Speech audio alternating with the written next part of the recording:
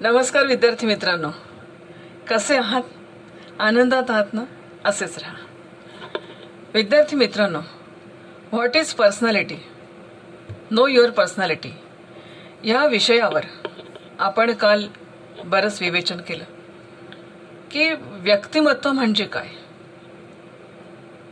व्यक्तिमत्व, बाह्य व्यक्तिमत्व आणि अंतर्गत व्यक्तिमत्व, व्हिजिबल, अनव्हिजिबल.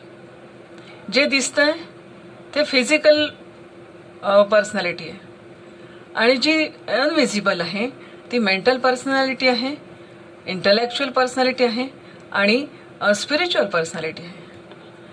पण आता प्रश्न असा उद्भवतो की मला व्यक्तिमत्व तर कळलं मॅडम, पण आता या व्यक्तिमत्वाचा मी विकास कसा करावा आणि ह्या व्यक्तिमत्वाचा विकास करायचा असेल तर मी कुठे जावं.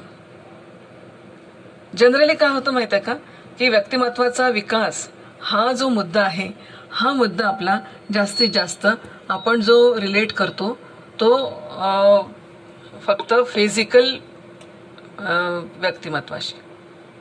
म्हणजे कसं की मला माझ्या व्यक्तिमत्वाचा विकास करायचा आहे, मग मी काय करतो, मी एखादं छान जिम जॉईन करतो, मी एखादा योगा क्लास जॉईन करतो, स्पा करेल, माझं सगळं म्हणजे शरीर सुंदर दिसण्यासाठी सगळ्या प्रकारचा प्रयत्न करेल, प्रोटीन्स खाईल, डाएट चांगला लागेल, सगळं करेल. व्हॉटेवर माझं फिजिकल अपीअरन्स हा सगळ्यांना आनंददायी ठरावा, सगळा प्रयत्न करते. पण आता माझ्या एक काल लक्षात आलं की केवळ physical personality is not enough. माझी मानसिक व्यक्तिमत्व सुद्धा असतं आणि मला बौद्धिक व्यक्तिमत्व सुद्धा असतं. माझ्या म्हणजे चित्त असतं, मन असतं, बुद्धी असतं, चित्त असतं, अहंकार असतो आणि ह्या सगळ्यांचा कुठेतरी एकमेकांशी समन्वय असतो. कसा?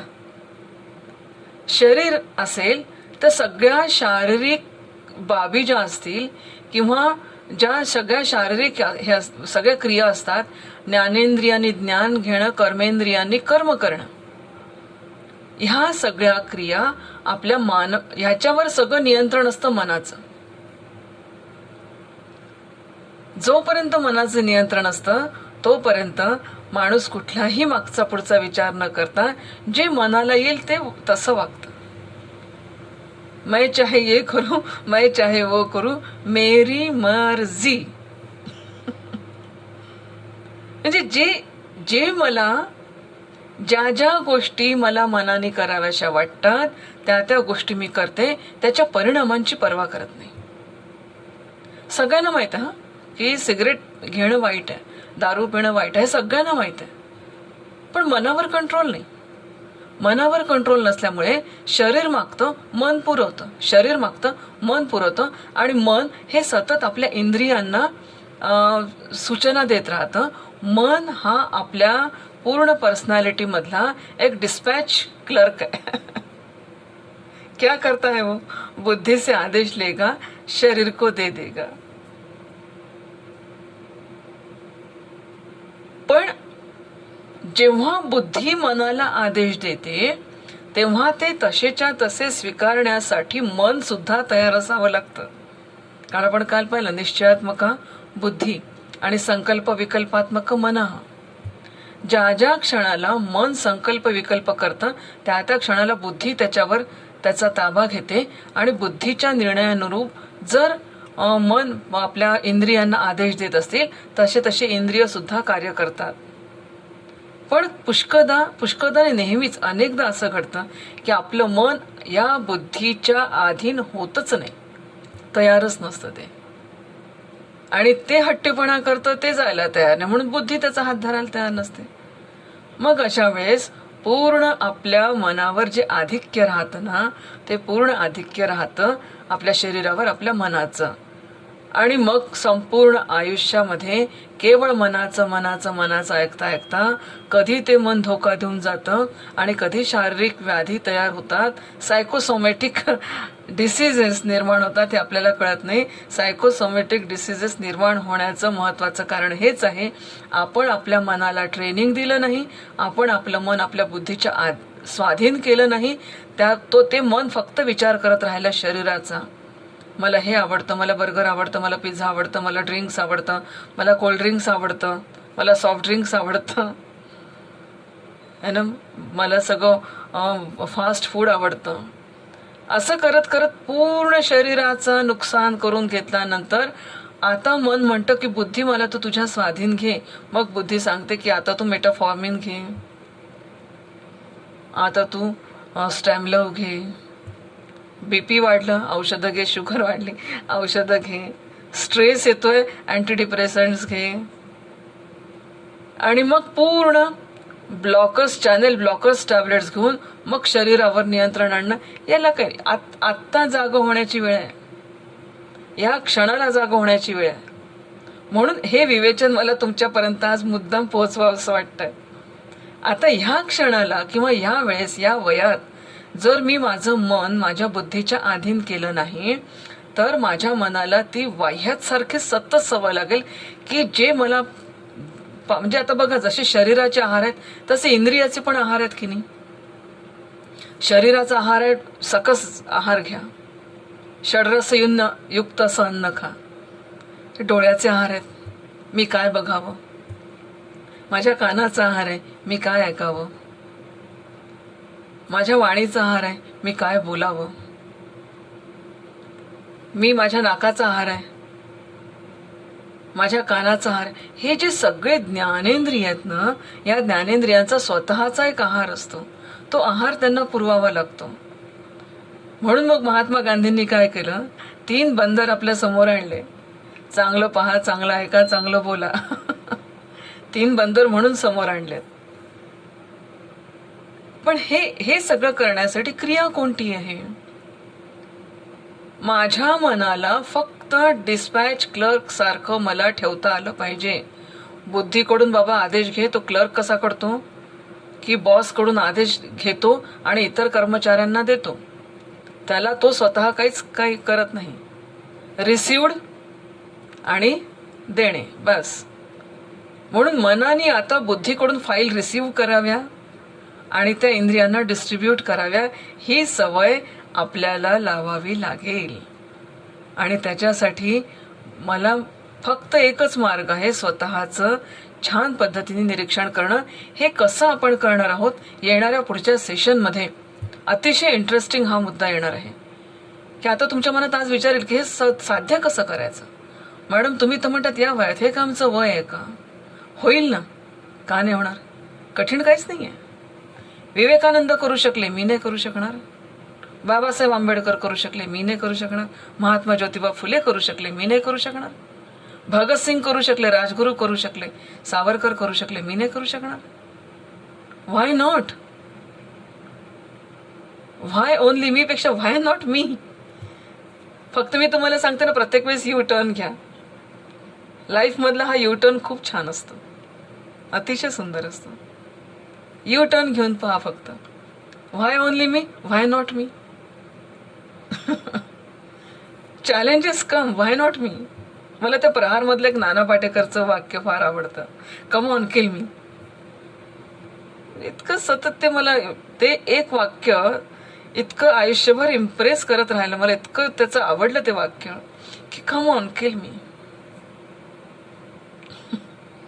तर आता हे सगळं होणार आहे आणि ह्या सगळ्या गोष्टी आपल्याला करायच्या आहेत. आज आपण केल्या, आपलं आयुष्य पूर्ण आनंदमय होणार. मग आता चॉईस इज युअर्स. काय पाहिजे आपल्याला. दुःख पाहिजे की आनंद पाहिजे की सुख पाहिजे. सुखाबरोबर दुःख येणार, कारण सुख डिपेंड आहे आणि आनंद कशावर निर्भर नाही आहे. अपनी मस्ती में रहता हूं. म्हणून मग आता ह्या सगळ्या गोष्टी डेव्हलप करायच्या तर कशा. पर्सनॅलिटी कळली मॅडम, पण ह्या हाऊ वी डेव्हलप. मी माझं बॉडी कशी डेव्हलप केली पाहिजे, मी माझं मन कसं डेव्हलप पाहिजे, मी माझं बुद्धी कशी डेव्हलप केली पाहिजे, मी माझी स्पिरिच्युअलिटी कशी डेव्हलप केली पाहिजे. मग आता फिजिकल डेव्हलपमेंटचा सर्वात महत्त्वाचा गोल काय. त्यामुळे the goal of physical development is good health. fitness, including the education of awareness and discipline necessary to achieve it. Goal काय फिजिकल डेव्हलपमेंटचा? Good health and fitness. And how we achieve? By discipline and awareness. दोनच गोष्टी आहे physical डेव्हलपमेंटच्या. There are 2 components of physical development. One is awareness. You should aware about your body. And second is discipline. शिस्तबद्धता आयुष्यात एक लक्षात ठेवा, आयुष्यात जर शिस्तबद्धता येत असेल तर निश्चितपणे माझं शरीरसुद्धा तंदुरुस्त राहील. आता तुम्ही म्हणाल की ही शिस्तबद्धता म्हणजे काय? शिस्तबद्धता म्हणजे एक छोटीशी थिअरी लक्षात ठेवायची की आपल्या पूर्ण याचे तास आहे 24. ह्या 24 तासामध्ये 8-8 तासाचे 3 स्लॉट्स जर मी केले तर पहिला स्लॉट्स हा फक्त खाऊन घ्या, जेवढं तुम्हाला खायचं खाऊन घ्या. दुसरा स्लॉट्स त्याला पचवण्यासाठी जे जे ज्युसेस तुम्हाला तुमच्या शरीराला द्यायचे ते देत राहा. त्याला पचवण्यासाठी सुद्धा नुसतं जठराग्नी कारणीभूत नाही आहे, काही आपल्याला मदत पण करावी लागते. आणि तिसरा स्लॉट आहे की त्याला उत्सर्जनाला किंवा त्याला उत्सर्जनाला संधी द्या. आता हे जर आपण 3 घटक ही जर डिसिप्लिन आपण सांभाळली तर आपण कितीतरी विकारांपासून, कितीतरी आजारांपासून दूर राहतो मित्रांनो. मग आता समजा सकाळी 7 वाजता जर मी झोपेतून उठत असेल तर 7 वाजतापासून पुढे 8 तास खा, तुम्हाला पोटभर खा, काही हरकत नाही. पुढचे जे 8 तास आहे त्या 8 तासामध्ये ज्यूस, ताक हे घ्या. आणि त्याच्या पुढच्या 8 तासामध्ये फास्टिंग, टोटली फास्टिंग. कारण सूर्य मावळल्यानंतर शरीरामध्ये उत्सर्जनाची क्रिया सुरू होऊन जाते. तोपर्यंत आपल्या शरीरामध्ये सगळं चैतन्य, रस, रक्त, मांस, अस्थि, रज्जू, शुक्र हे सगळे धातू आपल्या शरीरामध्ये तोपर्यंत तयार होत असतात. म्हणून ही जर डिसिप्लिन आपण सांभाळली तर ही डिसिप्लिन, मग तुम्ही कुठेही असा, मी गावाला जरी गेलो तरी माझ्यासोबत मी माझा टिफिन घेऊन जाईल. माझी वेळ झाली की जिथे असेल तिथे मी जेवण करून घेईन. जैन लोक संध्याकाळी 6:30-7 नंतर जेवत नाही. किती सायंटिफिक आहे. सूर्य मावळला की जठराग्नी पण शांत होऊन जातो. आपण नेमकं काय करतो? आपली जेवणाची वेळ रात्री 10 किंवा त्याच्यानंतर. 10 नंतर जेवणाची वेळ नाही, 10 नंतर शरीर उत्सर्जनासाठी वेळ मागतं तुम्हाला, तो वेळ त्याला द्यायला पाहिजे. मग याच्याबद्दल अवेअरनेस आहे का माझ्या ठिकाणी? तर हा अवेअरनेस आणि दुसरं तो डिसिप्लिन. मग अवेअरनेस म्हणजे माझ्या प्रकृतीनुसार मी काय आणि किती खाल्लं पाहिजे. हे बा, रोजचे काजू, किसमिस, बदाम खाल्ले पाहिजे, मला मिळत नाही तुम्ही कसं, ह्याला काहीच अर्थ नाही. भाजी भाकरी खा, पण वेळेवर खा. आपल्या भारतीय खानपान पद्धतीने इतक्या चांगल्या गोष्टी आपल्याला दिलेल्या आहेत. सकाळी नेहारी, दुपारी जेवण, संध्याकाळी शेतावरून घरी आलं की छान पोटभर 7 वाजता जेवण करून घ्यायचं. विषय संपला. खाण्याचा विषय संपला. इथे दुपारी तुम्हाला खावंसं वाटलं तर फुटाणे, किती छान खाद्य, चुरमुरे, किती चांगलं खाद्य. काही नाही, कोणी म्हणजे मी तुम्हाला सांगते, इतकी चांगले खानपान पद्धती आपली, इतके व्हिटॅमिन्स, मिनरल्स त्याच्यातून मिळतात, हे सगळं आपण सोडलं. म्हणून physical development, the goal of physical development is good health and fitness. Health ही चांगली असावी लागते आणि फिटनेस पण असावा लागतो. फिटनेस जर असेल तर म्हणजे मला आठवतं माझ्या आजोबा 100 वर्षाचे होऊन गेले, 101व्या वर्षी गेले ते. परंतु 101व्या वर्षी सुद्धा त्यांना साधं शुगर, बीपी सुद्धा नव्हता त्रास. पण आता ओल्ड एज असतं, आयुष्याला सीमा आहेत. पण एक जी शिस्तबद्धता त्यांच्या आयुष्यात जी बघायला मिळाली की योग्य वेळी योग्य खाणे निद्रा, आहार, निद्रा यांच्या सगळ्यावर संयम ठेवून जर आपण जीवन जगलो, शिस्तबद्धतेने जर जगलो, नुसतंच आहार नाही, विहार सुद्धा, ह्या सगळ्या गोष्टी जर आपण शिस्तबद्धतेने केल्या तर आपलं फिजिकल फिटनेस राहतो. तुम्ही कधी पाहिलं का की दिवसभर चिमण्या पाणी पितात? चिमण्यांची खाण्याची वेळ सकाळी दाणे टिपतात, पाणी पितात, दिवसभर मोकळ्या असतात. पाणी कसं प्यावं? असं म्हटलं जातं, कुत्ता जैसा पाणी पिता है वैसा ही पाणी पिना चाहिए. त्या पाण्यामध्ये सुद्धा आपल्या सलायवा त्याच्यात मिसळला पाहिजे. कारण खूप मस्त अल्कलाईन दिलंय देवाने आपल्याला, आपली बॉडी अल्कलाईन ठेवण्यासाठी. काही बाहेरचं अल्कलाईन वॉटर पिण्याची गरज नाहीये. You should aware about that. सगळे माझ्या शरीरामध्ये ऑक्सिजन निर्माण करण्याचा कारखाना आहे. बाहेरून ऑक्सिजन लावून शरीरातला ऑक्सिजन वाढविण्याची कुठलीही यंत्रणा या निसर्गाने आपल्याला दिलेली नाही. आता ऑक्सिजनचं महत्व आपल्याला कळतं. याच्यापूर्वी नव्हतं समजलं. ईश्वराने फुकट दिलं होतं ना, समजलं नाही. इकोसिस्टम आहे, ईश्वराची एक योजना असते माणसाला त्याचं महत्व कळावं म्हणून. आज किती ऑक्सिजनचं महत्व आहे. आपलं शरीर निर्माण करतं. मी जेव्हा हिमालयात गेले होते तेव्हा तिथे मला असं सांगण्यात आलं की तुम्ही सोबत कापूरची वडी ठेवा. कारण तुम्ही जसे जसे वर जाता तसं तसं ऑक्सिजन लेवल कमी होईल आणि तुम्हाला ऑक्सिजनची कमतरता भासेल. त्याच्यामुळे कापसाची एक मोठी वडी तुम्ही तुमच्याजवळ ठेवा. जेव्हा जेव्हा असं वाटायचं की ब्रिदिंग प्रॉब्लेम आलाय तेव्हा तेव्हा ती कापराची वडी सुंगली की लगेच शरीर तुमचं ऑक्सिजन तयार करायला लागतं. व्हिटॅमिन डीचा कारखाना तुमच्या शरीरात आहे, सगळ्या व्हिटॅमिन्सचा कारखाना आपल्या शरीरात आहे. But we are not aware about that. हा सगळा विचार केला तर दोन गोष्टींवर शारीरिक विकास अवलंबून आहे. म्हणून फिजिकल डेव्हलपमेंट जर करायची असेल तर you should aware about your health and you should aware about fitness. मग आता त्याच्यामध्ये ह्याचे कंपोनंट्स काय? मग फिजिकल डेव्हलपमेंटचे कंपोनंट्स काय? There are four components of physical development. त्याच्यामध्ये physical fitness, second is nutrition, third one is hygiene आणि फोर्थ इज फिजिकल ग्रूमिंग. आणि नंतर त्याच्या अनुषंगिक जर याच्यात कुठे कमतरता राहिली असेल तर फिजिकल हेल्थ. आता फिजिकल फिटनेस कशापासून प्राप्त होईल आपल्याला? तर फिजिकल ट्रेनिंग किंवा एक्सरसाइज. लहान मुलांना आपण फिजिकल ट्रेनिंग देतो. अगदी एरिक्सन नाव, कोण आहे एरिक्सनच आहे, एरिक्सन, एका मानसशास्त्रज्ञांनी टॉयलेट स्टेज सांगितली. एरिक्सनचेच होते. टॉयलेट स्टेज सांगितली. म्हणजे आपल्याला ह्या सगळ्या गोष्टींचं ट्रेनिंग घ्यावं लागतं. आंघोळ कशी करायची, चालायचं कसं, उठायचं कसं, बसायचं कसं, सगळं हे ट्रेनिंग असतं. कसे तरी पाठीचा प्रश्नचिन्ह करून बसले तर पाठीचे विकार होतात ना. चांगलं दिला ईश्वराने चांगला ताठ, कणा ताठ ठेवा. नुसतं पाठीवरती हात ठेवू नये, नुसतं लढ म्हणा असं नाही, कणा पण ताठ ठेवायला पाहिजे आपण. Physical training and physical exercise is must. आणि regularity. We are very much irregular. We are very much regular in इरेग्युलॅरिटी.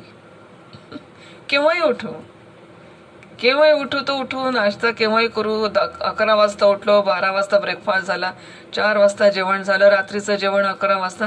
कशी प्रकृती चांगली राहणार आहे?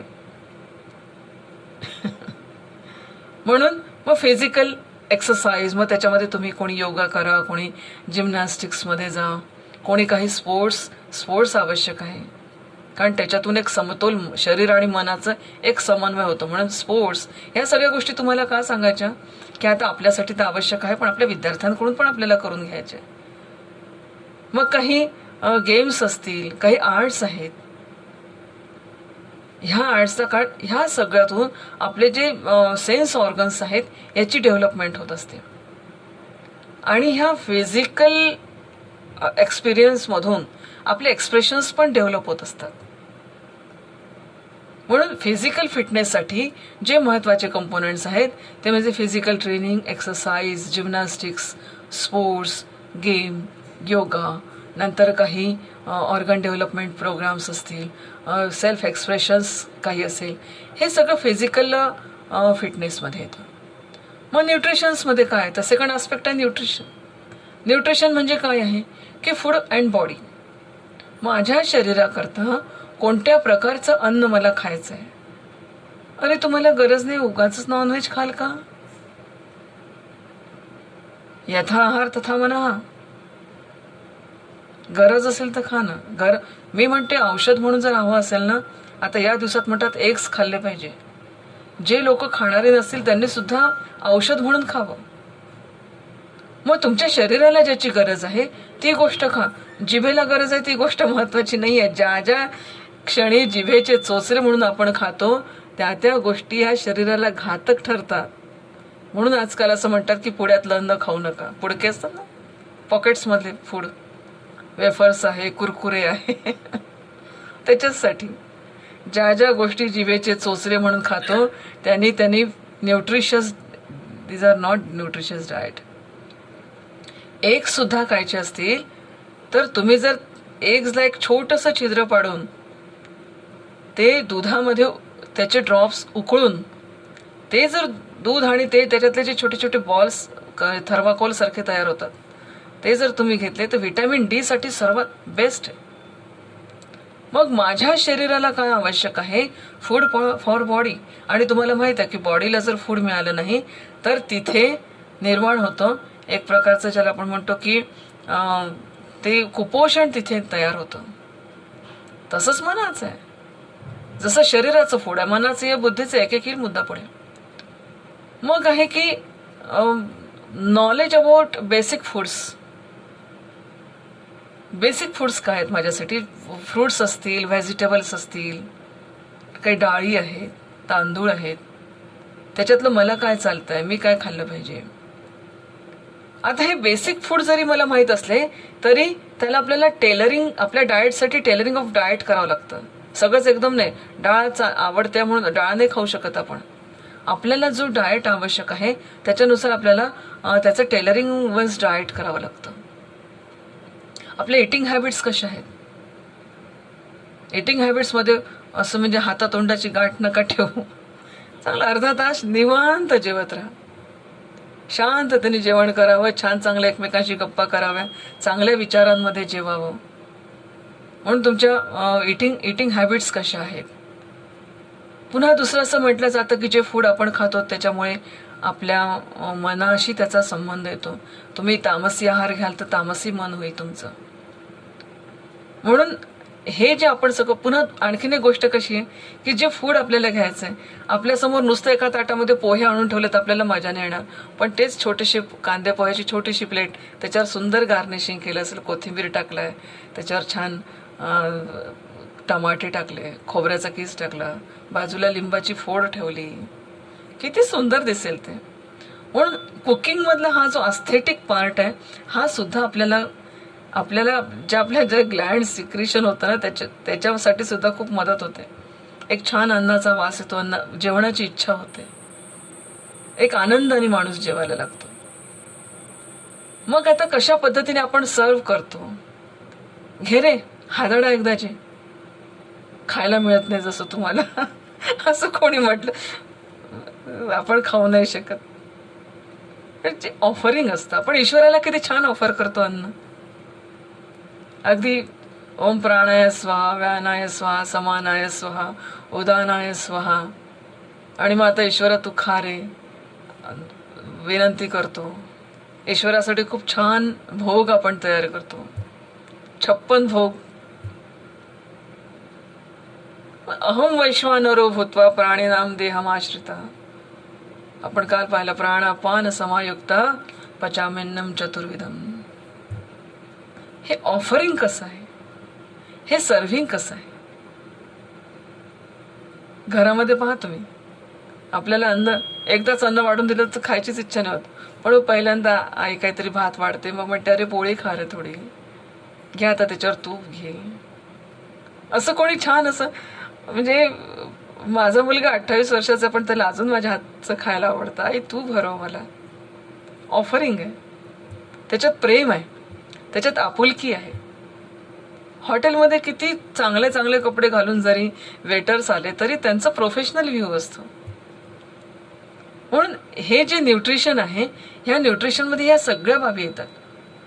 मग हायजीन, तिसरा आस्पेक्ट आहे तो हायजीन. मग आता हायजीनमधल्या कोणत्या कोणत्या गोष्टी तुम्ही लक्षात ठेवाल? एक आहे क्लीनलीनेस.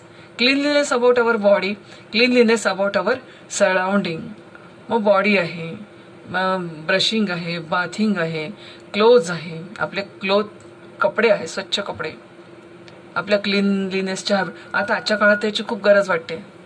पूर्वी असं होतं की काही काही घरांमध्ये आजही सांभाळायचं, बाहेरून आले हातपाय धुवा त्याच्याशिवाय घरात यायचं नाही, कपडे बदला त्याच्याशिवाय किचनमध्ये यायचं नाही. त्याला आपण म्हणायचो की अतिशय समाज, तेव्हा त्याचं एक अवडंबर झालं ही गोष्ट नाही. परंतु त्याला आपण म्हटलं एक क्लीनलीनेसच्या हॅबिट्स, ह्या हॅबिट्स असतील. नंतर एक ज्याला आपण म्हणूया की जेंडर स्पेसिफिक एज्युकेशन सुद्धा आपल्याला क्लीनलीनेसच्या दृष्टीने द्यावं लागेल, की आपलं शरीर आपण कशा पद्धतीने क्लीन ठेवायला पाहिजे, आपलं सराउंडिंग कसं क्लीन ठेवायला पाहिजे. आज आपण पाहतो की बाहेरच्या भाज्या घ्यायच्या तर इतक्या इन्स्ट्रक्शन्स आहेत की त्या कशा धुवायच्या, तुरटीच्या पाण्यात. पुन्हा ते जुनं येऊन राहिलं बरं का. घराघरामध्ये तुरट्या आल्या, घराघरामध्ये सैंधव मीठ आलं, घराघरामध्ये कापूर आले, घराघरामध्ये आता राळ ऊत जाळायला लागले लोक. तर हे जे आपलं सराउंडिंग आहे, हे सराउंडिंग जेवढं आपण म्हणजे ज्याला क्लीन म्हणतो तेवढं ते पवित्र आणि तेवढं ते शुद्ध राहतं. म्हणून म्हणजे याची जी क्लीनलीनेस आणि आपल्या एन्व्हायरमेंटच्या दृष्टिकोनातून कशा पद्धतीने आपलं घर स्वच्छ असायला पाहिजे, आपली ज्या काही आपल्या रूम्स आहेत त्या स्वच्छ, हे सगळं हायजीनच्या दृष्टिकोनातून आता वारंवार हात धुवा सांगतात. तर हे सगळं ज्याला आपण म्हणतो की हायजीनच्या दृष्टिकोनातून हे आस्पेक्ट ऑफ हायजीन आहे. आता व्हॉट अबाउट फिजिकल ग्रूमिंग. जसं आपण फिजिकल डेव्हलपमेंटचे आस्पेक्ट बघतो ना, फिजिकल डेव्हलपमेंटचे आस्पेक्ट एक्सरसाइज आहे, न्यूट्रिशन आहे, हायजीन आहे. चौथा आपण पाहिला तर फिजिकल ग्रूमिंग. फिजिकल ग्रूमिंगमध्ये तुम्ही बसता कसे, body language, your body language is most important. कसे बसता तुम्ही, तुमचे हावभाव कसे करता, तुमचं बसण्याचं पोश्चर, गेस्चर्स, या सगळ्या फिजिकल ग्रूमिंगमध्ये येतं. नंतर तुमचा ड्रेस सेन्स. आम्हाला लहानपणी सांगायच्या आम्ही बाई म्हणायचो. नाही, तुमच्याकडचं हे असेल, आवाज तर मोठा आहे. असं सांगितलं जायचं की कपडे तुमचे जुने असतील तर चालतील, पण ते स्वच्छ असायला पाहिजे. ड्रेस सेन्स, मी काय घातलं पाहिजे, मला काय शोभेल, कोणत्या ठिकाणी कशा पद्धतीने ड्रेस करायचा, ह्या सगळ्या गोष्टी त्याच्यामध्ये येतात.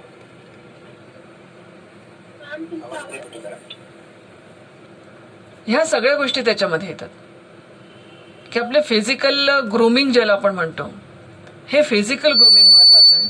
मग आपण बोलतो कसे, फिजिकल ग्रूमिंग मध्ये आणखीन एक भाग येतो की आपण बोलतो कसे, दॅट इज कम्युनिकेशन. आवाज येतोय तर, आवाज येतोय,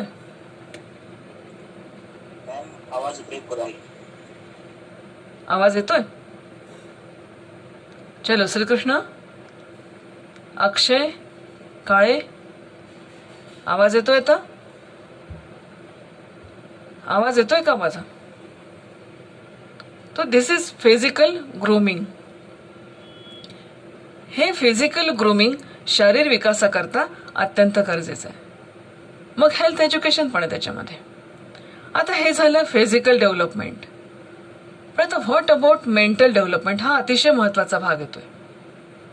की आपण काल पाहिलं की there are 2 types of mind. एक लोअर माइंड आहे, एक हायर माइंड आहे. 2 types of mind. Pure mind आहे, इम्प्युअर माइंड आहे. लोअर माइंडला हायरकडे न्यावं लागेल, इम्प्युअर माइंडला प्युअर बनवावं लागेल. हा सगळा भाग आपण काल पाहिला. परंतु आता ह्या मनाचा विकास करायचा म्हणजे काय? कारण controlled mind is your best friend and uncontrolled mind is your worst enemy. काल आपण फक्त म्हटलं होतं की मन हा तुमचा मित्र आहे आणि मन हे तुमचं शत्रू आहे. पण आता नियंत्रित मन हे आपलं मित्र आहे आणि अनियंत्रित मन हे आपलं शत्रू आहे. मग ह्या मनाचा विकास कसा करायचा? आणि ह्या मनाचा विकास करायचा असेल तर त्याचं उद्दिष्ट काय आहे? तर मेंटल डेव्हलपमेंटचं उद्दिष्ट आहे making our self emotionally balanced. आपलं मन इमोशनली बॅलन्स करणं, भावनिकदृष्ट्या आपण बॅलन्स स्वतःला करणं हे महत्त्वाचं आहे. आणि याच्यासाठी आपल्याला आपलं जे ट्रेनिंग आहे, जे आपलं मनाचं ट्रेनिंग आहे, हे आपल्याला मनाचं ट्रेनिंग घ्यावं लागतं. आणि इमोशनली बॅलन्स असणं ही मानसिक विकास आहे. दिस इज इमोशनल डेव्हलपमेंट. आपण पर्सनॅलिटी डेव्हलपमेंटचा विचार करतोय. What is personality development? Physical development तो हमने देख लिया. अभी फिजिकल पर्सनैलिटी का डेवलपमेंट देख लिया, जिसमें एक्सरसाइज है, हाइजीन है, न्यूट्रिशन है, फिजिकल फिटनेस है, ये सब है. अभी what is mental personality development, आणि याच्यासाठी मी कुठे जायचं? So mental development AIIMS at making our self emotionally balanced personality. तर हे कसं घडून येईल? असं म्हटलं जातं की ज्या वातावरणात आम्ही जीवन जगतो तसे आम्ही बनतो. काल आपण हा विचार पाहिला की ज्या वातावरणामध्ये आपण राहतो त्या वातावरणातून आपण जे संस्कार घेतो त्याच्यानुसार माझ्या मनाची जडणघडण होते आणि त्याच्यानुसार माझ्या इमोशन्सचं एक्सपान्शन होतं. माझ्या इमोशन्सचं एक्सपान्शन होतं. आणि मग मी शिकायला लागतो की how to handle the emotions. ज्या वातावरणामध्ये मी राहतो त्या वातावरणामध्ये या सगळ्या गोष्टी मला शिकायला मिळतात. म्हणून महत्त्वाचा कंपोनेंट जो आहे मेंटल डेव्हलपमेंटचा, there are 2 components of mental development. One is emotional expansion and other is handling the emotions. आता हे एज्युकेशनल किंवा हे जे इमोशनल एक्सपान्शन आहे, हे इमोशनल एक्सपान्शन कसं होईल? आपण डेव्हलपमेंट ऑफ पर्सनॅलिटीमध्ये मेंटल पर्सनॅलिटी डेव्हलपमेंटचा विचार करतोय. आता हे इमोशनल एक्सपान्शन म्हणजे स्वतःच्या emotion, how to express our emotion and how to expand our emotions. काही इमोशन्स आपल्याला आपण एक्सप्रेस पण करतो आणि त्याचा विस्तार पण करतो, पण याच्यासाठी एज्युकेशन आवश्यक आहे. म्हणून पहिला जो कंपोनंट येतो तो येतो एज्युकेशनचा. मला माझ्या मनाला वारंवार ट्रेनिंग द्यावं लागतं की आता माझ्या मनात जे विचार आले, how to express that emotions. हे मी कसं एक्सप्रेस केलं पाहिजे? मला आत्ता कोणाचा राग आला म्हणून मी एकदम एक्सप्रेस नाही करू शकत की you shut up, I don't like it, get out. No, असं नाही करता येणार. So you have to educate your mind, you have to train your mind की how to handle, how to expand, how to express my emotions. मला तुम्ही सगळेजण आवडता हे म्हणणं किती छान आहे. आय लव्ह यू हे किती छान पद्धतीने आपण सगळ्यांना सांगू शकतो. एकदा आता हे लेक्चर झाल्यावर घरी आईला म्हणा बरं आय लव्ह यू, वडिलांना म्हणून पहा बाबा आय लव्ह यू, भावाला म्हणा bro I love you, sister I love you. हे how to express, how to express our emotions. मला राग आला असेल तो मी कसा व्यक्त करावा? असं बिलकुल म्हणजे दात वगैरे दात तो खाऊन मी राग नाही व्यक्त करू शकत, ते चांगली पण नाही दिसत. राग व्यक्त करण्याची पण एक पद्धत आहे. काल आपण सांगितलं जे थॉट्स येतात त्याची निवड करून ती व्यक्त करावी लागते. आपल्या सुप्त मनामध्ये ज्या गोष्टी आहेत त्या गोष्टीला बोधावस्थ पातळीवर आणून त्याला व्यक्त करण्यासाठी आपल्याला त्याला ट्रेनिंग देण्याची गरज असते. म्हणून मग आपण म्हणतो ना की खूप राग आल्यावर पहिल्यांदा विचार करा, आकडे मोजा. कशासाठी? आपल्याला आपल्या घरात सांगितलं जातं तुला राग येतो ना, 1 2 3 4 म्हण. कशासाठी 1 2 3 4 म्हण? 1 2 3 4 याच्यासाठी म्हण की तोपर्यंत कुठेतरी हे कसं एक्सप्रेस करावं याच्यासाठी तुझं मन तयार होईल. हे मन तयार झालं पाहिजे. म्हणून आपल्या माइंडला एज्युकेट केलं पाहिजे, आपल्या माइंडला ट्रेनिंग दिलं पाहिजे. आणि हे ट्रेनिंग देण्यासाठी मला जाणीवपूर्वक प्रयत्न करावा लागेल. प्लेटोनी तर शिक्षणाची परिभाषाच केली आहे, मनाला प्रशिक्षण देणे म्हणजे शिक्षण. To train the mind is education. आणि शरीर मन बुद्धीची अभिव्यक्ती by education I mean drawing out of best in man's body mind and soul. Mahatma गांधींनी दिलेली परिभाषा. मॅन मेकिंग एज्युकेशन मध्ये सुद्धा विवेकानंदांनी तेच सांगितलंय. शरीर मन बुद्धी आत्म्याचं सर्वोत्कृष्ट अभिव्यक्ती म्हणजे शिक्षण. ह्या सगळ्या शिक्षणाच्या परिभाषा आहे. ह्या सगळ्या पाहिल्यानंतर mind is essence of education हे पण आपण बघितलंय.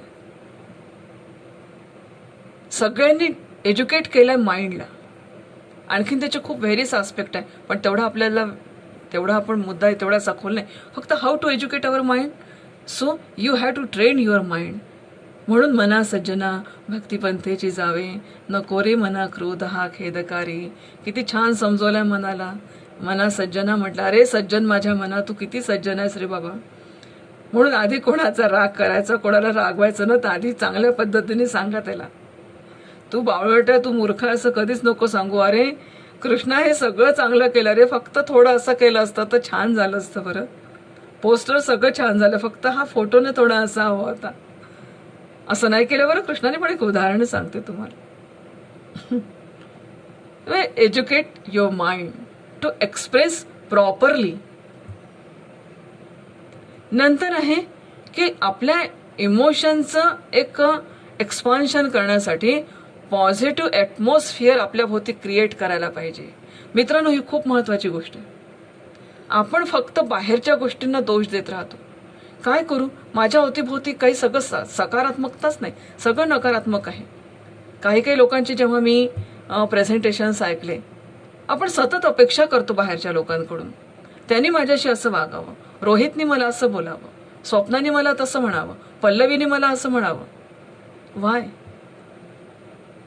तुम्ही त्यांच्याकडून अपेक्षा करता, पण त्यांच्याही त्याच वेळेला तुमच्याकडून अपेक्षा आहे ना. आपण आपल्यातून जे पॉझिटिव्ह व्हायब्रेशन्स आपण काढू, त्याच्यामुळे आपण आपल्या भोवती पॉझिटिव्ह होरा निर्माण करत असतो. लक्षात घ्या, आपण आपल्या भोवती पॉझिटिव्ह होरा निर्माण करू शकतो. आणि असा होरा जर आपण निर्माण करून घेतला, निगेटिव्हिटी त्याच्यात शिरत नाही. काही होऊ द्या लाईफमध्ये, काही होऊ द्या. मित्रांनो, कुठल्याही स्वप्नातल्या गोष्टी नाही आहेत बरं का, या वास्तविकतेतल्या गोष्टी आहेत. आणि हे ॲटमॉस्फिअर माझं मी क्रिएट करू शकतो. काल मी तुम्हाला उदाहरण दिलं, कोई वंदो कोई निंदो कोई कैसे कहो रे, जब राम साथे प्रीत लागी, जो होय सो होय रे. इतकं हे पॉझिटिव्ह ॲटमॉस्फिअर म्हणजे काय, माझ्या अवतीभोवतीच्या परिसरामध्ये जेही काही आहे त्या गोष्टीला मी आहे त्या पद्धतीने स्वीकारणं. माझ्या आजूबाजूचे मित्र मंडळी, लोक, परिसर, समाज, त्याला स्वीकारून त्याच्यामध्ये स्वतःला मी कशा पद्धतीने ॲडजस्ट करून स्वतःमध्ये कसे परिवर्तन करते, म्हणून इतर माझ्याशी कसा वागतो हा विचार करण्यापेक्षा मी इतरांशी कशी वागते हा विचार केला पाहिजे. That is positive atmosphere create. म्हणजे to create a positive atmosphere म्हणजे माझ्या मनामध्ये मी जर सतत, बघा तुम्ही घरामध्ये आई दुःखी असेल तर आपण दुःखी असतो की नाही. मग आपण आईला सांगतो, यार आई तू नको ना अशी हे करू, मग तू अशी झाली ना मला वाईट वाटतं. मग किती आपण लक्षात घेतलं पाहिजे.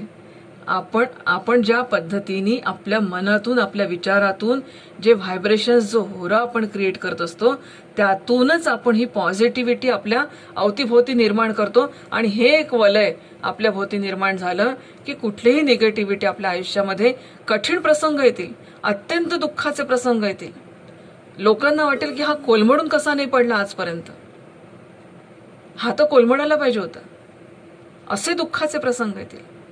लोक तुमच्याबद्दल विचार करतील की याचा हात का नाही तुटला, मग म्हणतील दुसरा हात का नाही तुटला, मग म्हणतील पाय का नाही तुटला, मग म्हणतील दुसरा पाय का नाही तुटला, मग म्हणतील डोळे का नाही गेले, मग म्हणतील दुसरे डोळे का नाही गेले. इतके करून मेले तर लोक म्हणतील त्याच्या कर्माने मेला. इतकी निगेटिव्हिटी आहेत आपल्या आजूबाजूला, असं गृहीत धरा तुम्ही. पण तरी अशा सुद्धा निगेटिव्हिटीमध्ये आपण फक्त आपल्या पॉझिटिव्ह जो आपल्या भोवती क्रिएट करतो, आपल्या पुरता ॲटमॉस्फिअर, पावलापुरता प्रकाश, जो आपण निर्माण करतो त्याच्या आधारावरच आपण आपलं जीवन अत्यंत आनंदीपणे जगू शकतो. म्हणून इमोशनल एक्सपान्शनसाठी a positive atmosphere is necessary. तुम्हाला असं वाटतं की जेवढ्या आजपर्यंत आपण ज्या ज्या लोकांना मानतो त्यांच्या आयुष्यात सगळं पॉझिटिव्ह होतं, त्यांच्या आजूबाजूचा परिसर सगळा चांगला होता. तुकोबांच्या गाथा जेव्हा नदीत बुडवल्या असतील त्यांना काय वाटलं असेल? माझ्या 4 ओळींचा कागद कोणी फाडला तर मला वाईट वाटतं, रडायला येतं मला. काय वाटलं असेल तुकोबांना? आपलेच जात बांधव जेव्हा आपला विरोध करतात आहे तेव्हा काय वाटलं असेल बाबासाहेब आंबेडकरांना? विचार करा तुम्ही. काय वाटलं असेल सावित्रीबाई फुलेंना की ज्या स्त्रियांसाठी मी शिक्षणाचा प्रयत्न करते त्या स्त्रिया झोपलेल्या आहेत, यांना कसं जागवू मी? ज्या समाजासाठी मी लढतोय तो समाज झोपलेला, मी यांना कसं जागवू? काय त्यांच्या मनामध्ये विचार असतील तुम्ही कल्पना करा बरं.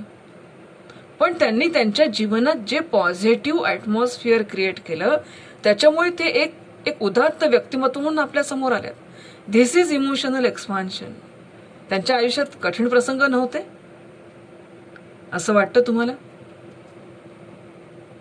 खूप कठीण प्रसंग होते, पण ह्या प्रसंगांना तोंड देता देता त्यांच्या जीवनातली सकारात्मकता, त्यांच्या जीवनातलं ॲक्सेप्टन्स हे कधीही ढळलं नाही. आणि म्हणून हे जे इमोशनल एक्सपान्शन आहे आजही आपल्या मनात त्यांचं स्थान आहे. आपण त्यांना विसरू नाही शकत. हे जे आहे ही इमोशनल एक्सपान्शन. त्याच्यासाठी आवश्यक कंपोनंट आहे positive atmosphere and you should create it and you must create it. You should and you must ह्या गोष्टी लक्षात ठेवा. I should and I must. पुन्हा यू टर्न. मी तुम्हाला म्हटलं ना यू टर्न खूप छान असतो. मला तुम्हाला सांगायला किती सोपं आहे. You must, you should and you must. आता you turn, I should and I must. किती छान आहे सगळं. तिसरा जो महत्त्वाचा कंपोनंट येतोय तो आहे sensitivity. Sensitivity about what? About your family, about firstly about your self. मैं ऐसा क्यों हूँ हा प्रश्न पडला पाहिजे. मी रागट का आहे? मी चिडका का आहे? मी भांडखोर का आहे? मी छोट्या छोट्या गोष्टींनी नाराज का होतो? मला कोणी बोललं तर मला चटकन वाईट का वाटतं? मग आता माझ्यापासून माझ्या कुटुंबाकडं, माझ्या कुटुंबाच्या सगळ्या याच्याबद्दल सेन्सिटिव्हिटी, समाजातल्या घटकांबद्दल सेन्सिटिव्हिटी, राष्ट्रामध्ये घडणाऱ्या गोष्टीबद्दल सेन्सिटिव्हिटी. आणि सेन्सिटिव्हिटी असेल तर त्याच्यावर आपण थिंकिंग पण करतो, त्याच्यावर काही मार्ग पण निघतात. आणि सगळ्यांच्या हे विचारांनीच तर आयुष्य हे एनरिच होत असतं. म्हणून धिस इज इमोशनल एक्सपान्शन. आणि हे emotional expansion is emotional development. This is emotional development. मग येतं आता ह्या इमोशन्स हाऊ टू इमोशनल डेव्हलपमेंटचा विचार करतोय आपण. पहिला आहे इमोशनल एक्सपान्शन, कशा पद्धतीने करायचं. This is personality development. आता तुम्ही जर प्रत्यक्ष समोर असते तर ह्या सगळ्या मी प्रॅक्टिकल्स तुमच्याकडून करून घेतले असते. छान ग्रुप वर्क आपलं एक इतकं म्हणजे एक आनंदाचा सगळा प्रसंग असतात. हे सगळे एक असे स्किट्स देऊन, ते स्किट्सच्या माध्यमातून तुम्हाला असे वेगवेगळे क्वेश्चन्स देऊन एक अशी छान स्किट्स साजरी होतात त्या ठिकाणी. मग आता handling the emotion, how to handle the emotions. बघा इमोशन्स कशा असतात? पॉझिटिव्ह पण असतात आणि निगेटिव्ह पण असतात. डिप्रेशन येतं, दिज आर निगेटिव्ह इमोशन्स है ना. खूप चांगलं काहीतरी करावं असं वाटतं, पॉझिटिव्ह इमोशन्स आहे.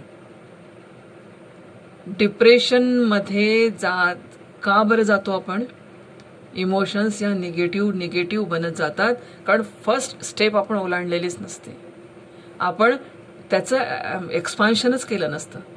आणि आपण एक्सपान्शन केलं नसतं म्हणून आपलं हे संपूर्ण इमोशन्स जे आहेत ह्या इमोशन्स आपल्याला आपण हँडलिंगच करू एक्सपान्शन करू शकत नाही म्हणून आपण हँडलिंग करू शकत नाही. आणि हँडलिंग करू शकत नाही म्हणून आपण त्याच्याबद्दल विचार करू शकत नाही किंवा आपण त्याला पॉझिटिव्ह निगेटिव्ह बाबींना आपण पॉझिटिव्हमध्ये कन्व्हर्ट करू शकत नाही. म्हणून जेव्हा जेव्हा तुम्हाला निगेटिव्ह थॉट्स तुमच्या मनात येतात ना मित्रांनो, ताबडतोब त्याला सबस्टिट्यूशन देत जा.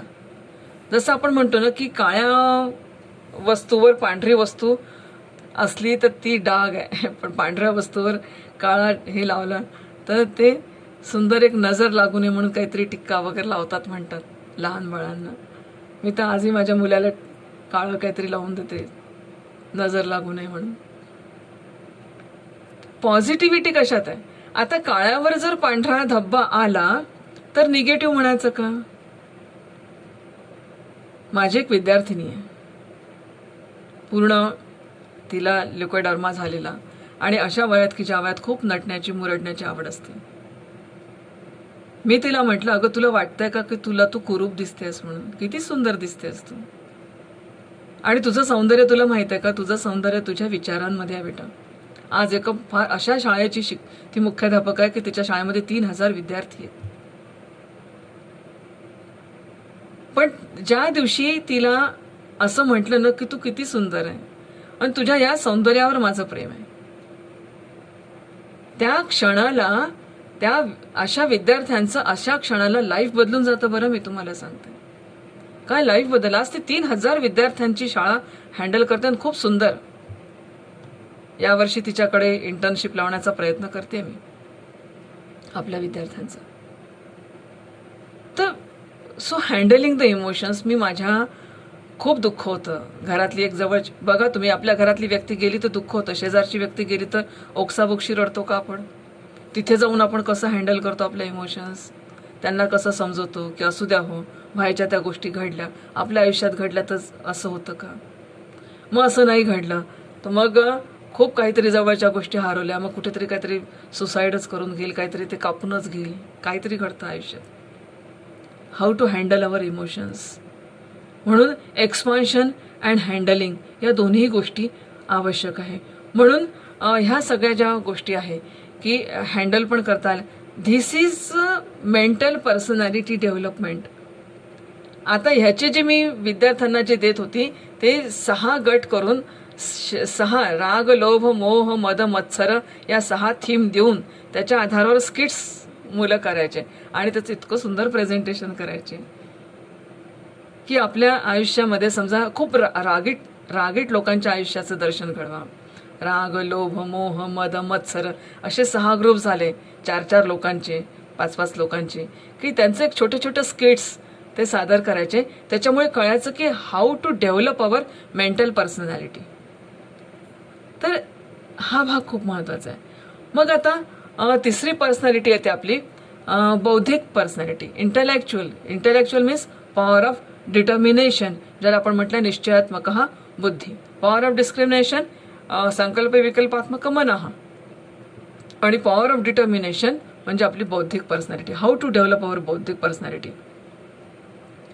तर ही बौद्धिक पर्सनॅलिटीचा जो एक अर्थ आहे तो असा आहे की intellectual development deals with understanding, training and developing the intellect to the maximum level of possible.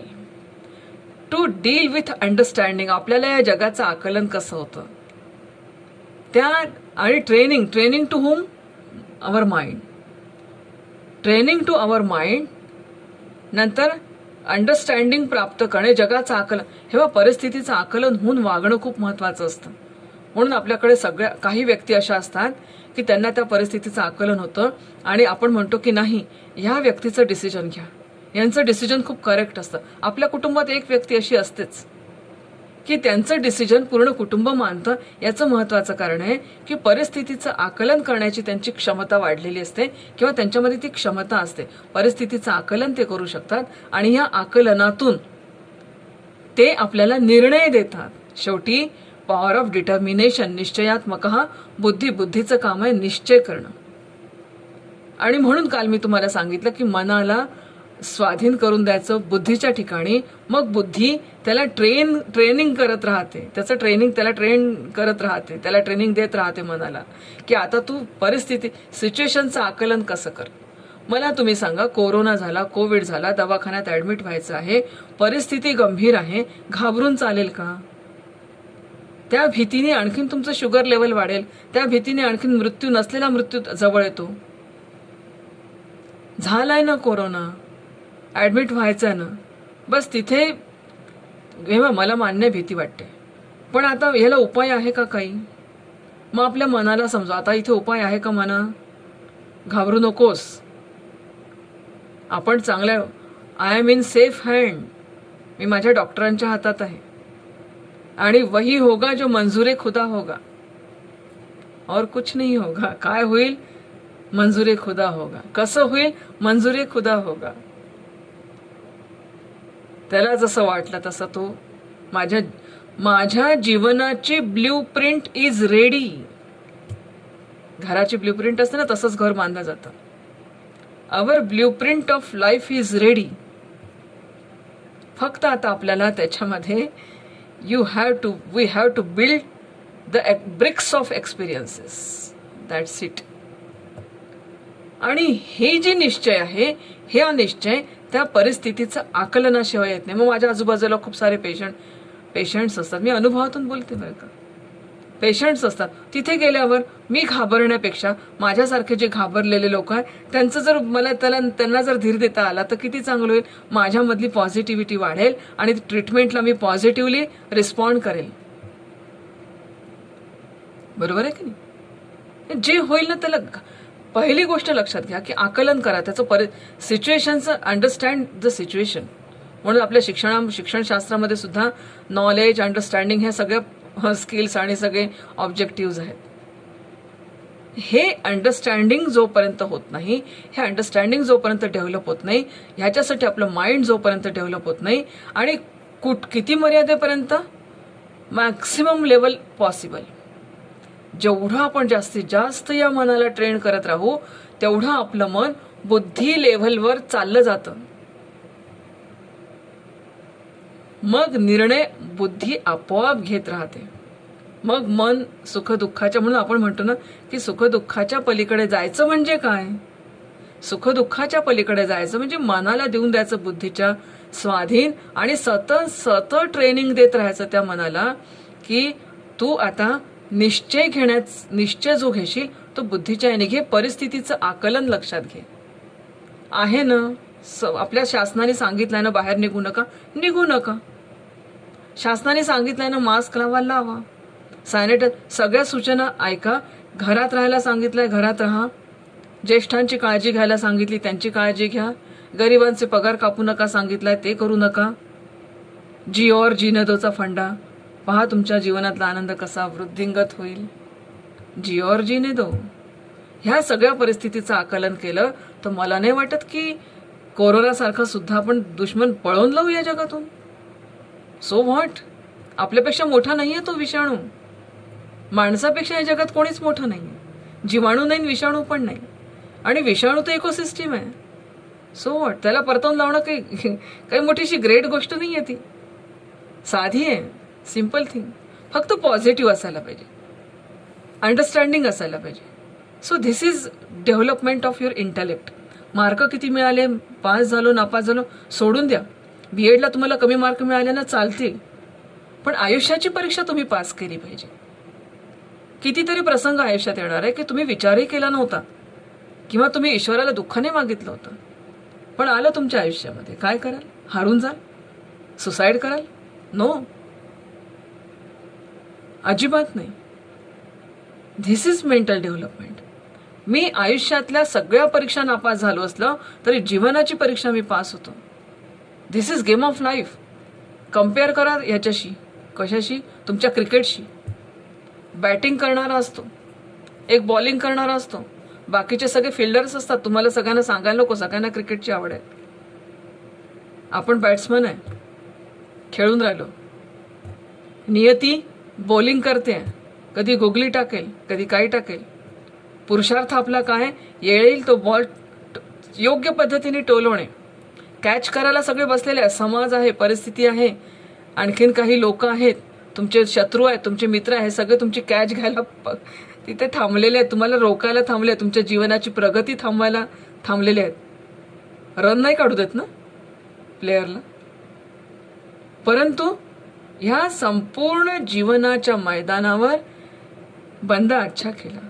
Out तर प्रत्येकाला व्हायचं. किती विचार केला सचिन तेंदुलकरने की मला इस छोर से मैं ही खेलूंगा, तो नो, ऐसा नहीं पॉसिबल. आउट तो होना पड़ेगा. आउट तो कभी ना कभी होना पड़ेगा, तो स्टॉप करना पडेगा. पर बंद केला. अच्छा, पाहणारे स्टेडियम मधले लाखो डोळे तुमच्यावर आहेत. दिस इज गेम ऑफ लाईफ. पाहणारे लाखो डोळे आहेत तुमच्याकडे, पण हे लाखो डोळे सुद्धा म्हणतात की नाही, बंद अच्छा केलं. This is intellectual development. म्हणून हे किंडलिंग आहे एक प्रकारचं. आपल्या बुद्धीला हे किंडलिंग आहे, त्याला असं तेजस्वी बनवणं आहे. This is game of life. मी माझा गेम ऑफ लाईफ चांगल्या पद्धतीने खेळणार, खेळाडू वृत्तीने खेळणार. म्हणून परीक्षेत पास होणं नापास होणं, दिस इज, हे आउटकम्स असतील तात्कालीन, लॉंग टर्म्स नाही आहेत. हे लॉंग टर्म आहे माझा पुरुषार्थ, लॉंग टर्म आहे माझी पॉझिटिव्हिटी, शून्यातून विश्व निर्माण करण्याची माझी धडाडी, शून्यातून विश्व निर्माण करण्याची माझी इच्छा, माझी mental power, Kindling the intellect. मग याच्यासाठी मला एक सौंदर्यात्मक दृष्टिकोन माझ्या जीवनाप्रती ठेवावा लागेल. ॲस्थेटिक्स, स्वतंत्र आणि इंडिपेंडंट थिंकिंग. हे बघ, कोणी मला चांगलं म्हटलं म्हणजे मी खुश, कोणी मला वाईट म्हटलं म्हणजे मी नाखुश.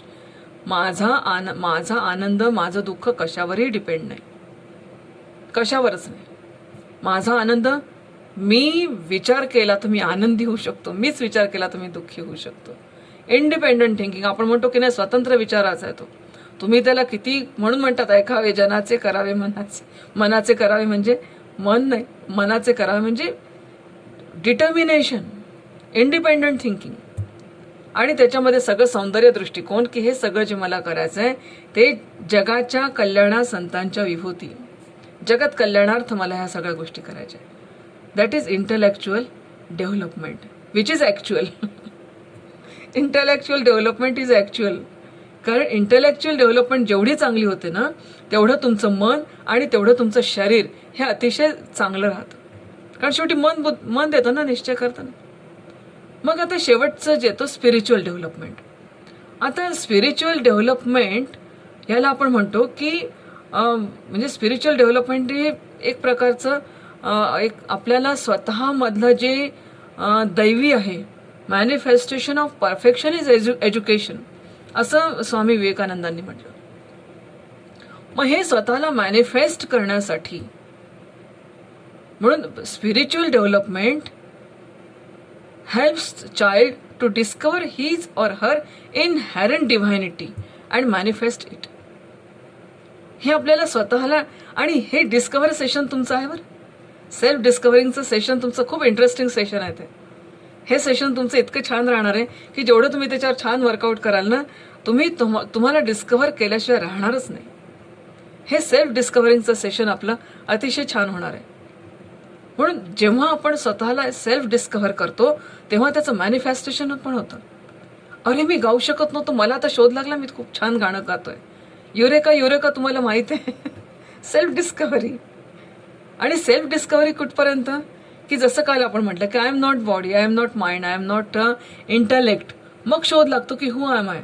मग माझ्यातल्या आनंदमय कोशाचा मला शोध लागल्याशिवाय राहत नाही. That is self discovery. आणि ही डिस्कव्हरी नुसती डिस्कव्हरी नाही, तर इट शुड बी मॅनिफेस्ट. ते प्रगट पण झालं पाहिजे.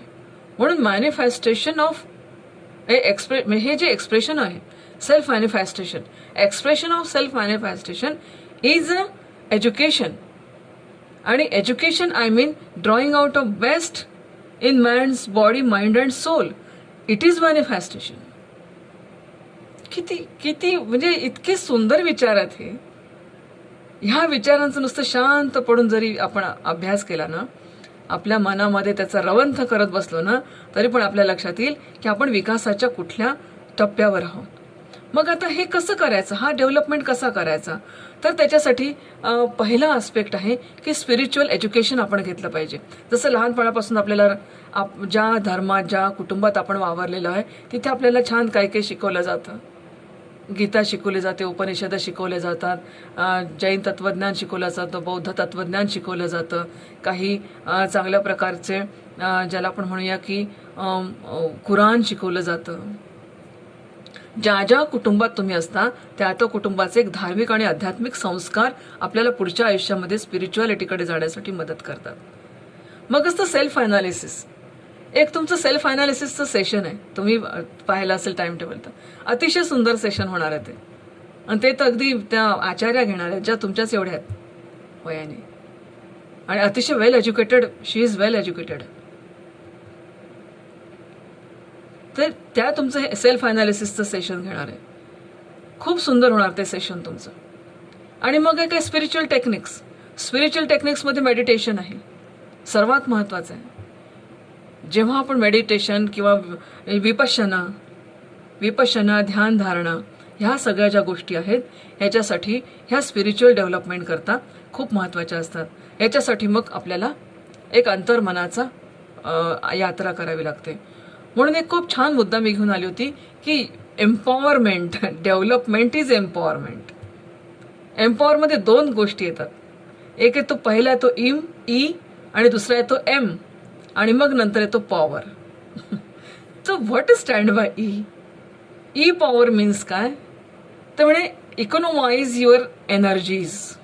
इकॉनॉमाइज your energies that is physical empowerment. Empower your emotions, that is emotional empowerment. Expand your vision, that is intellectual empowerment. आणि eliminate the ego, that is spiritual empowerment. आपण जेव्हा म्हणतो ना की empower yourself, तर what is empower? There are 2 words in empowerment, E and M, and plus power. So E stand for, E power means economize your energies, empower your emotions, expand your vision, eliminate your ego. सगळे आपल्या आयुष्यात problem कशामुळे निर्माण झाले? इगोमुळे. So eliminate your ego आणि experience your एक्स्टॅसी. तुमच्यातलं जे हे सगळं केलं तर एक्सपिरियन्स युअर एक्स्टॅसी. तुमच्यातलं जे दिव्यत्व आहे त्याची जाणीव आपल्याला झाल्याशिवाय राहत नाही. मग आपण सरळ म्हणायला लागतो I am the best, I am the best. ह्या लेव्हलला आपण आता यायला पाहिजे. म्हणून दॅट इज ई पॉवर. बरोबर आहे. आता ह्याच्यासाठी आपल्या बॉडीला लागतो ब्रेड. What is bread? तर breath. B stand for breath, R stand for relaxation, E stand for exercise, A stand for adaptation, whatever situation, adopt it, and D stand for diet. So if we want economize our energies, we want bread. ही bread खा, बाहेरची bread खाण्यापेक्षा. So breath relaxation, exercise, adaptation and diet. This is bread. ही bread मी आज तुम्हाला देते. छान याचा डाएट तुम्ही आयुष्यभर करा. ही ब्रेड तुम्ही आयुष्यभर खाल्ली तरी हरकत नाही. आणि मागचा पुढचा कोणी काही म्हटलं तरी ती सोडू नका. छान मस्त ब्रेड ही आयुष्यभर खा. दिस इज. आता एम्पॉवर, आपल्या माइंडला एम्पॉवर करायचं असेल तर काय करावं लागेल? Empower your mind. Second is stand for empower your mind. ह्या आपल्या इमोशन्सला एम्पॉवर करायचं असेल तर positive emotions are required. Give your attitude of giving. सतत देत राहा, जगाला देत राहा, आनंद देत राहा, देत राहा. आपण काय करतो? फक्त आपण वाट पाहतो, मला काही मिळेल का, मला काय. So don't wait for receive. Develop your attitude of giving. सतत देत राहा. 3 गोष्टी टाळा. हरी, वरी आणि करी या 3 गोष्टींपासून दूर राहायचं. या 3 गोष्टीपासून दूर राहिलं की माइंड एम्पॉवर झाल्याशिवाय राहत नाही. आणि जसं असतं की आपल्या डोक्यामध्ये अनेक विचार येतात, येऊ द्या, सगळे येऊ द्या. आपल्या हृदयामध्ये जे काही तुफान असेल, ह्या तुफानाने आपल्या म्हणजे ज्याला बुद्धीवर आक्रमण करायला नको. खूप असतात आपल्या मनामध्ये, खूप साठलेलं आहे, खूप दाबून ठेवलं आहे, खूप सप्रेस झालं आहे. हे जे हृदयातलं वादळ आहे, या वादळाला आपल्या डोक्यातला जो ज्ञान सूर्य आहे त्या सूर्याला कंट्रोल करू देऊ नका. म्हणून असं म्हटलं जातं, let not the storm of the heart govern the son of in the head. असं जर आपण केलं तर life is a movement in relationships. आपलं जे लाईफ आहे हे प्रत्येक क्षण आपण रिलेशनशिपमध्ये जर जगत असतो तर ह्या सगळ्या गोष्टी आवश्यक आहे. मग आता 5 वर्ड्स पहा. 5 पासून आपण एका वर्डपर्यंत येऊ. Emotional development. म्हणजे ॲटिट्यूड कसा पाहिजे जीवनाबद्दल किंवा सगळ्यांबद्दल, की I am proud of you. It includes 5 words. What is your opinion. आपलं आयुष्य म्हणजे छान यशस्वी बनवण्यासाठी 4 वर्ड्स.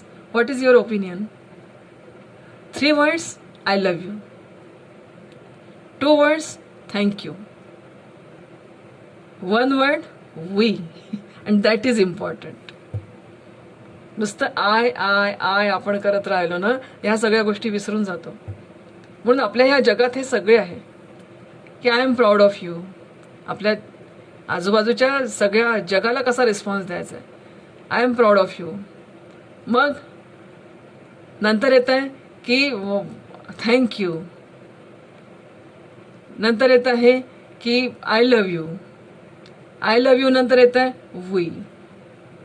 हा सगळा जो विचार आहे हा येतो आहे मानसिक विकासाचा. आणि हा मानसिक विकासाचा या पद्धतीने जर आपण विचार केला तर निश्चितपणे मानसिक विकास झाल्याशिवाय आपला राहत नाही, आध्यात्मिक विकास झाल्याशिवाय आपला राहत नाही. आणि ही आहे ई पॉवर. मग आता एम पॉवर काय आहे. एम पॉवर काय आहे हा जर विचार केला, आता त्याच्यामध्ये आणखीन एक expand your vision. That's it. Inter हो मॅन इज व्हॉट ही बिलिव्स. आपली जी बिलीफ सिस्टीम असते ना त्या बिलीफ सिस्टीमनुसार आपलं संपूर्ण संस्कार आपले बनत असतात. म्हणून think big. Because even the word impossible says I am possible. So think big. हा सगळा विचार एक्सपांड युअर, ज्याला आपण म्हणतो की expand your vision. This is E power. आणि why expand your vision. Because vision is necessary. Action without vision it creates division. Vision without action it means imagination. But action with vision it creates transformation. म्हणून vision is must. Expand your vision. आणि ह्या सगळ्या गोष्टींचा eliminate your ego. E पॉवरमध्ये eliminate your ego. मग आता M power काय आहे. What is M power. कारण ई एम. मग आता एम पॉवर काय आहे. आता आपण आपल्या जगात 3 प्रकारच्या पॉवर मानल्या. एक मशीन पॉवर मानली, एक मनी पॉवर आणि तिसरी मॅन पॉवर. पण खरी एम पॉवर कोणती आहे तर म्हणतात mental power is M power. सर्व मन एवं मनुष्याणाम कारणम बंधमोक्षयो. Mental power. आणि दुसरी आहे masters power. God has better plan for me. God has better plan for me. Faith ठेवा. काही झालं तरी. So master power. Mental power and master power is M power. So E plus M plus power is equal to M power. तुम्हाला ज्या PPTs पाठवल्यात त्याच्यावरून तुम्हाला आणखीन ही गोष्ट छान लक्षात येईल. आणि हे करण्यासाठी हा जो एम्पॉवरमेंट फॉर्म्युला आहे हा आहे S - S is equal to S + S. तुमच्या गणितात बसणार नाही. Success without stress is equal to skill plus strength. म्हणून S+ आहे तुम्हाला ज्या PPT दिल्या त्याच्यामध्ये आहे हा. म्हणून याच्यासाठी ह्या सगळ्या गोष्टी महत्त्वाच्या आहे. आता हे सगळं करायचं असेल तर आपल्याला काहीतरी डेली रुटीन आपल्याला त्याच्यासाठी करावं लागेल. म्हणून take care of your balance sheet. एक छान बॅलन्स शीट मी तुमच्यासाठी या ठिकाणी आणली आहे. ती बॅलन्स शीट आपण पाहू आणि मग आपण थांबू. बॅलन्स शीट काय आहे. Our breath is our opening balance. Our death is our closing balance. Our prejudice, views are liabilities. Our creative ideas, good deeds are our assets. Heart is our current asset. Soul is our fixed asset. Brain is our fixed deposit. Thinking is our current account. Goodwill and achievements are our capitals. Character, moral, stock in trade. नंतर फॉर्ग्युनेस. एक minute. हां friends are our general reserves. Values, behaviour are our goodwill. Patience is our interest on. Love is our dividend. Children are our bonus. Education is our brand, our patents. Knowledge is our investment. The profit or losses is our karma earned. So, before income tax, assessment, that is arrival of death, balance your shit. Balance your shit. So, this was amazing session.